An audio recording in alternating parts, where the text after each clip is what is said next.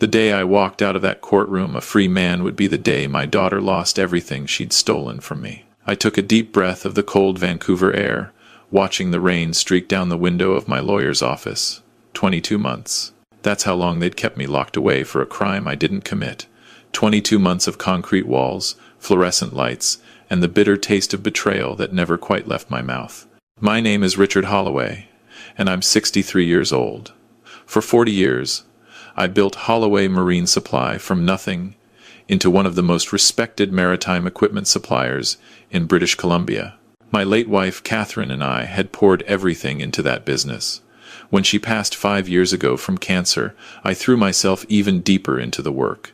It was all I had left, aside from our daughter, Rebecca. Even now, saying her name feels like swallowing glass. Let me take you back to where this nightmare began. It was a Tuesday morning in March 2022. I remember because the cherry blossoms were just starting to bloom along my street in Kitsilano. I'd arrived at the office early, as always, to review our quarterly reports. We'd just secured a major contract with the Canadian Coast Guard. $6 million. The culmination of 2 years of negotiations. Rebecca had been my CFO for the past 8 years. She was brilliant with numbers, had an MBA from UBC, and I'd been so proud when she joined the family business. Her husband, Derek Chen, worked as a consultant for various tech startups. Nice enough guy, or so I thought. They'd been married for 4 years and had a daughter, my granddaughter Emma, who was 6 years old at the time. That morning, Rebecca walked into my office with Derek and 2 RCMP officers. "Dad, we need to talk," she said, her voice flat and cold in a way I'd never heard before.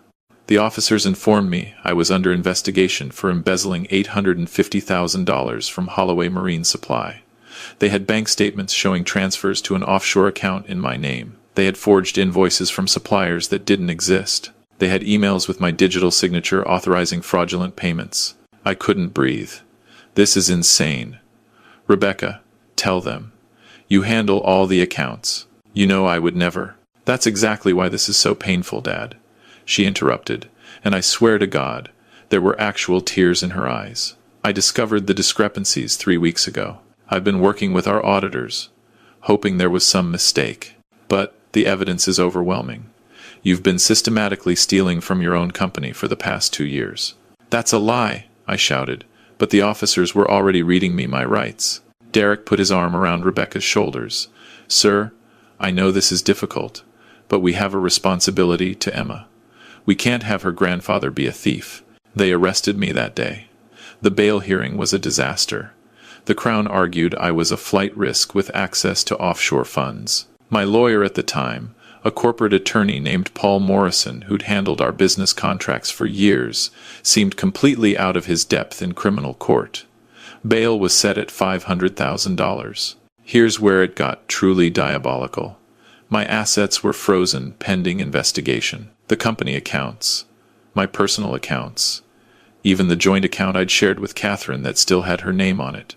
Everything. The only way to make bail was for Rebecca to authorize a loan against the company, which she could do as CFO with her 40% ownership. She refused. I'm sorry, Dad, but I have to think about Emma's future. If you're innocent, the trial will prove it. Until then, I can't risk the company's financial stability. So I sat in pretrial detention at the North Fraser Pretrial Center for 4 months before the trial even began. Paul Morrison was replaced by a public defender named Jennifer Walsh, a young woman fresh out of law school who was handling her 3rd criminal case. She meant well, but she was drowning. The trial lasted 3 weeks. The prosecution laid out their case meticulously. Bank records showing transfers to an account in the Cayman Islands under my name. Invoices from companies like Pacific Marine Distributors and Coastal Equipment Solutions that investigation proved had never existed. Email chains where I supposedly authorized payments to these ghost companies. All with my digital signature, which our IT department confirmed came from my computer. Rebecca testified. She walked the jury through the company's financial structure, explained how she'd noticed irregularities during a routine audit, how she'd confronted me privately, and I denied everything, how she'd had no choice but to go to the authorities. I loved my father, she said on the stand, dabbing at her eyes with a tissue. But I love my daughter more. I couldn't let her grow up thinking that theft and fraud were acceptable just because it was family. Derek testified, too. He talked about how I'd become distant after Catherine's death, how I'd made comments about feeling like I'd worked my whole life and deserved to enjoy some of that money, how I'd asked him about cryptocurrency and offshore investment strategies. All lies, but delivered with such conviction that I could see the jury believing him. The defense tried.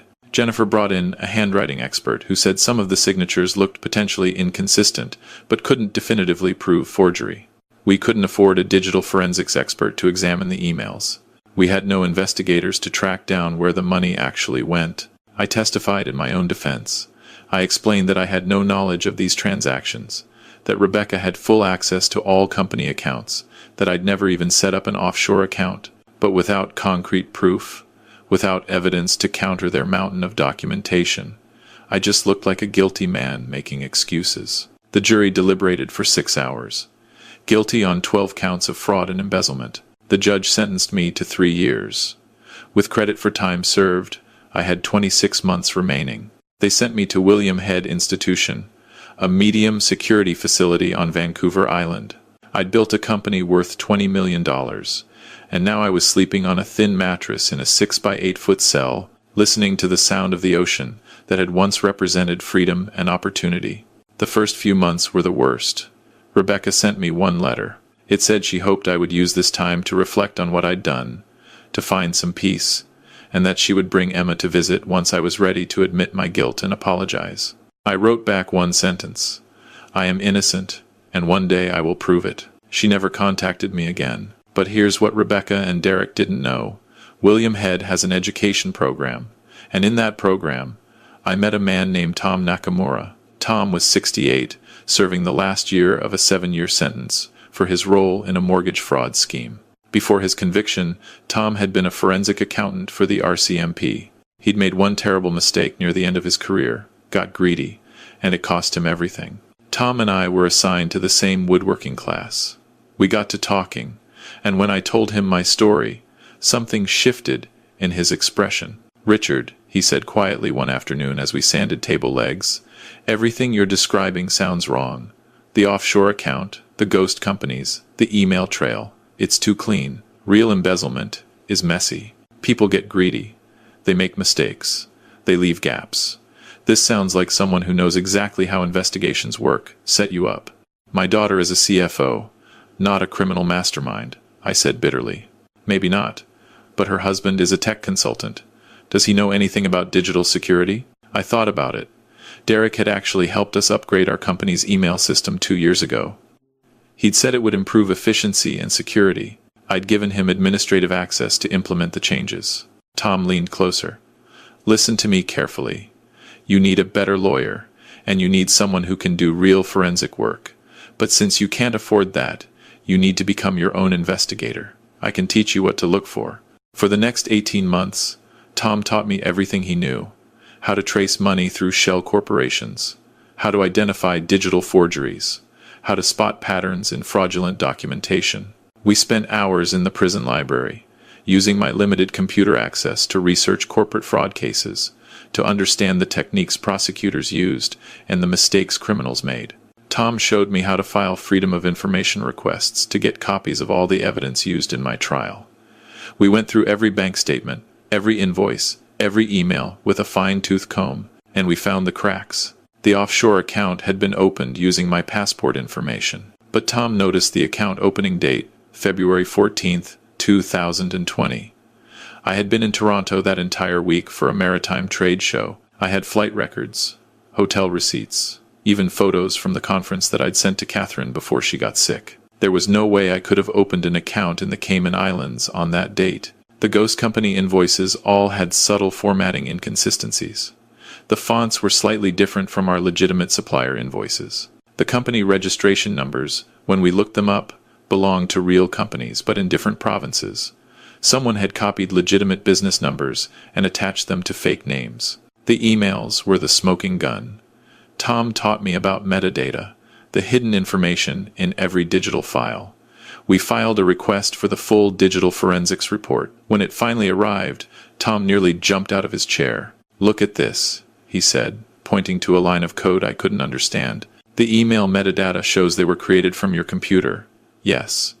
But look at the timestamp and the IP address. These emails were supposedly sent during business hours, but the IP address shows they came from a residential location in West Vancouver. Where do Rebecca and Derek live? West Vancouver, I whispered. Now look at the dates. February through November 2020. Cross-reference those with your calendar. Where were you? I pulled up my old calendar records.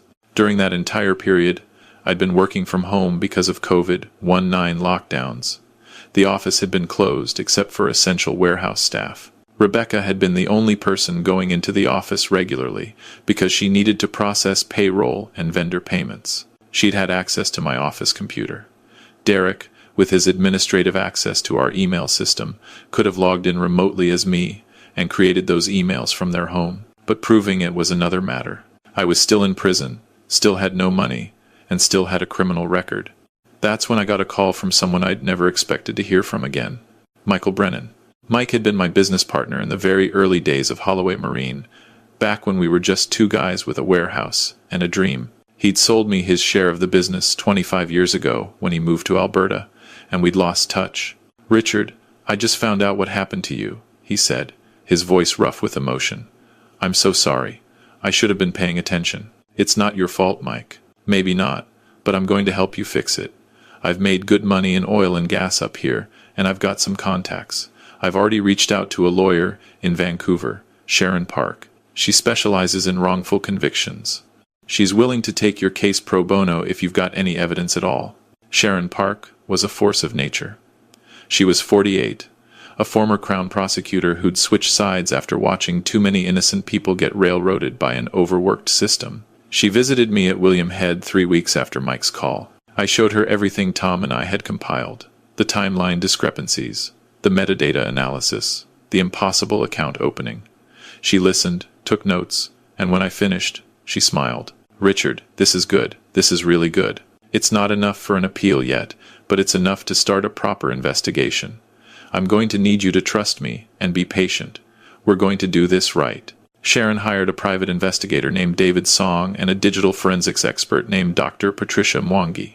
Real professionals, not overworked public servants. They started pulling threads. David discovered that Derek's consulting business had been on the verge of bankruptcy in early 2020. He'd invested heavily in a cryptocurrency scheme that collapsed, losing nearly $300,000 of personal savings. Then, suddenly, in March 2020, right after the embezzlement supposedly started, Derek paid off all his debts and put a down payment on a $2.3 million house in West Vancouver. Dr. Mwangi's analysis was even more damning. She proved definitively that the emails had been created using administrator access, with timestamp manipulation, to make them appear as if they'd been sent months earlier than they actually were. The IP logs showed that someone at Rebecca and Derek's home address had accessed my office computer remotely on 47 different occasions, always when I wasn't there. But the real breakthrough came from an unexpected source. Sharon had subpoenaed the Cayman Islands Bank to trace where the $850,000 had actually gone. It took months and multiple court orders, but finally, the records came through. The money had been transferred to 3 different accounts. One belonged to a numbered company in Delaware that David traced back to Derek. The second went to an investment account in Rebecca's maiden name. The third, and this made my blood run cold, had been transferred to a college fund for Emma. They'd stolen from me and put it in their daughter's name, knowing that even if they got caught, recovering money from a minor's educational fund would be nearly impossible. I served 22 months before Sharon filed for an appeal based on new evidence. The Crown fought it, of course. They didn't want to admit they'd gotten it wrong. But Dr. Mwangi's forensic report was unassailable, and David's financial investigation showed a clear trail from my company to Derek and Rebecca's personal enrichment. The appeal hearing was set for October 2024. I was transported back to the courthouse in Vancouver, wearing the same suit I'd been arrested in, now 2 sizes too big because prison food had melted the weight off me. Sharon presented our case methodically, the timeline proving I couldn't have opened the offshore account, the digital forensics showing email manipulation, the financial records showing Derek and Rebecca's sudden wealth, the IP logs proving remote access from their home. The Crown prosecutor, a different person than the one who'd convicted me, looked genuinely disturbed as the evidence piled up. During a recess, Sharon told me he'd approached her about a deal. Absolutely not, I said. I want exoneration, not a settlement. The three-judge panel took 2 weeks to deliberate. When they returned, the lead judge didn't mince words. Mr. Holloway, it is the finding of this court that your conviction was a miscarriage of justice. The evidence presented demonstrates not only reasonable doubt, but a clear pattern of fraud perpetrated against you. Your conviction is hereby overturned, and you are released immediately, with our sincere apologies for the failure of the justice system. I walked out of that courthouse a free man for the first time in nearly 2 years. Sharon was already moving to the next phase. We're filing criminal charges against Rebecca and Derek, she said. Fraud, forgery, perjury, conspiracy, and we're suing for civil damages. Every penny they took, plus compensation for your wrongful imprisonment. The criminal investigation moved faster than I expected. Once the RCMP got involved with the full forensic evidence, they executed search warrants on Rebecca and Derek's home and devices. They found everything. Emails between Rebecca and Derek planning the scheme. Derek's research on how to create offshore accounts. Rebecca's notes on which invoices to forge and how to make them look legitimate. They'd started planning this 6 months before Catherine died. They'd seen it as their inheritance, something they deserved for Rebecca putting in years at the company. When I didn't volunteer to sign over the business or make them equal partners, they decided to take it. Derek was arrested at his office. Rebecca was arrested at Holloway Marine Supply, my company that she'd been running in my absence. Their bail hearing was beautiful to watch.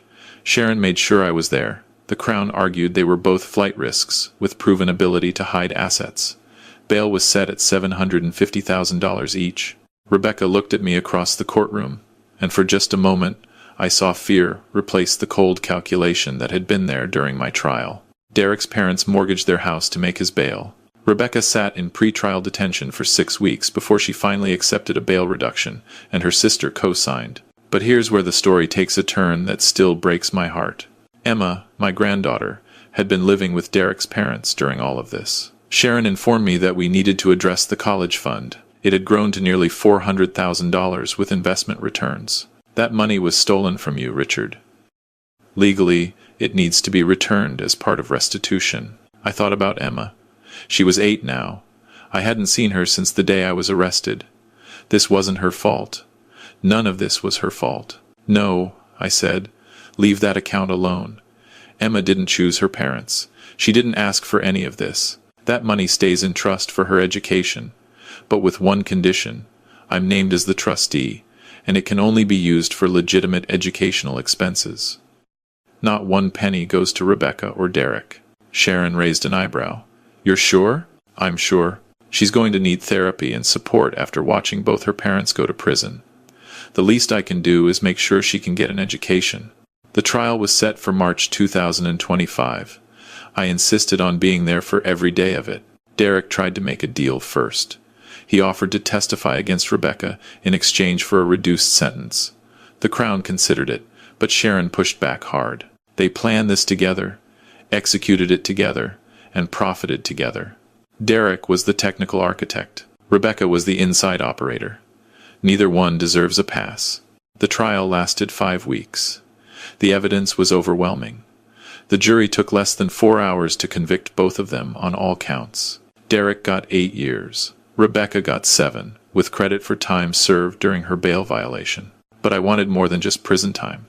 I wanted the company back. The civil suit was complex. Holloway Marine Supply was technically still operating, now run by an interim CEO that the board had appointed. Rebecca's shares had been seized as proceeds of crime. The company itself was valued at $24 million now, having grown despite the scandal. Sharon argued that Rebecca's ownership stake had been obtained through fraud, since she'd used her CFO position to embezzle funds that she then used to increase her ownership.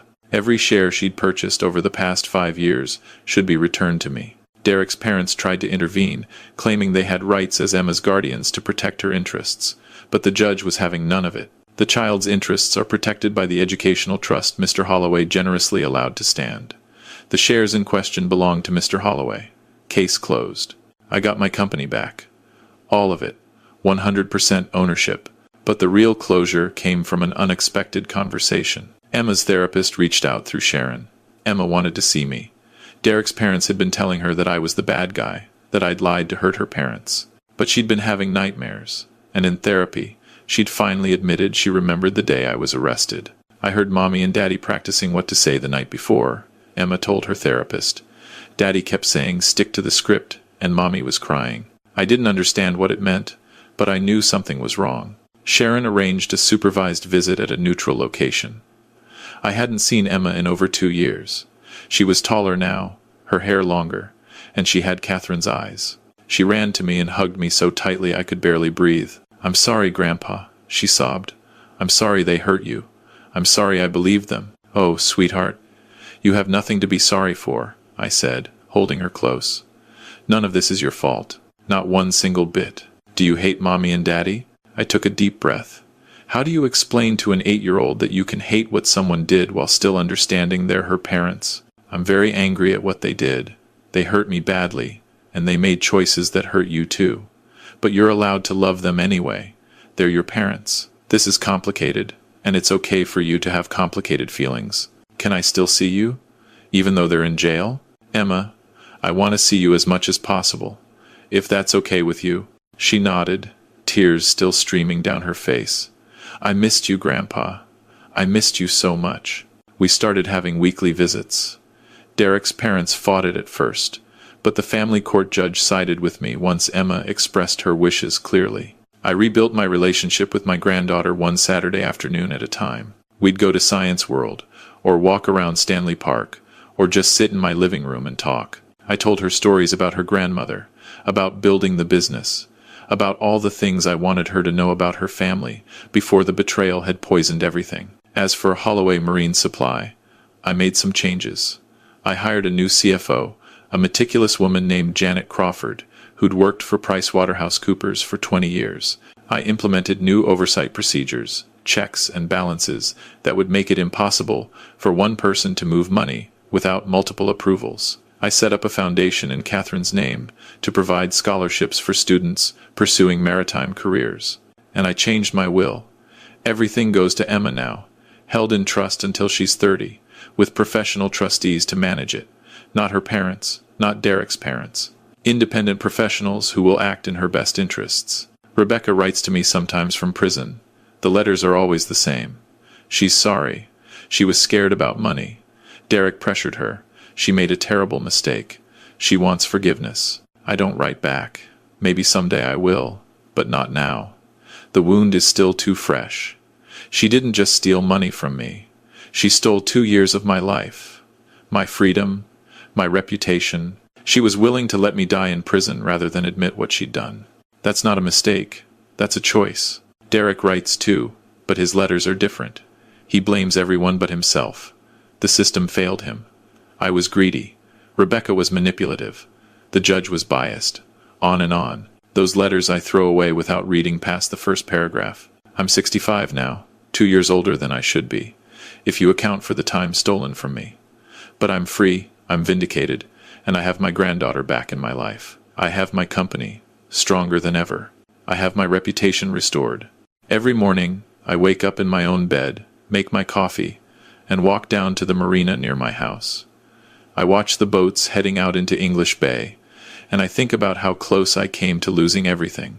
How easy it would have been to give up in that cell, to accept the guilty verdict, and just serve my time. But I didn't. I fought, I learned, I planned, and when the moment came, I was ready. The day I walked out of that courtroom was indeed the day Rebecca and Derek lost everything. Their freedom, their money, their reputations, their daughter's trust. Everything they'd been willing to destroy me to get. Was it worth it? That's what Emma asked me once, during one of our Saturday visits. Grandpa, was it worth it? All the time in prison, all the fighting, just to get revenge? It wasn't about revenge, sweetheart, I told her. It was about the truth.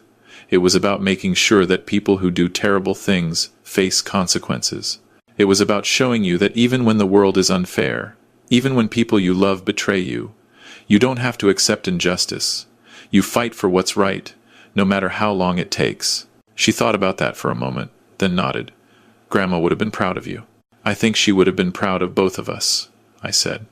We survived something that should have broken us, And we're still here. And we are. Still here. Still fighting. Still building something better from the wreckage of what was destroyed.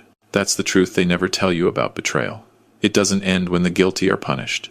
It doesn't end when you win in court. It ends when you decide that what was taken from you won't define who you become. I'm Richard Holloway. I spent 22 months in prison for a crime I didn't commit, and I came out stronger than the people who put me there ever imagined possible. And I'm still standing.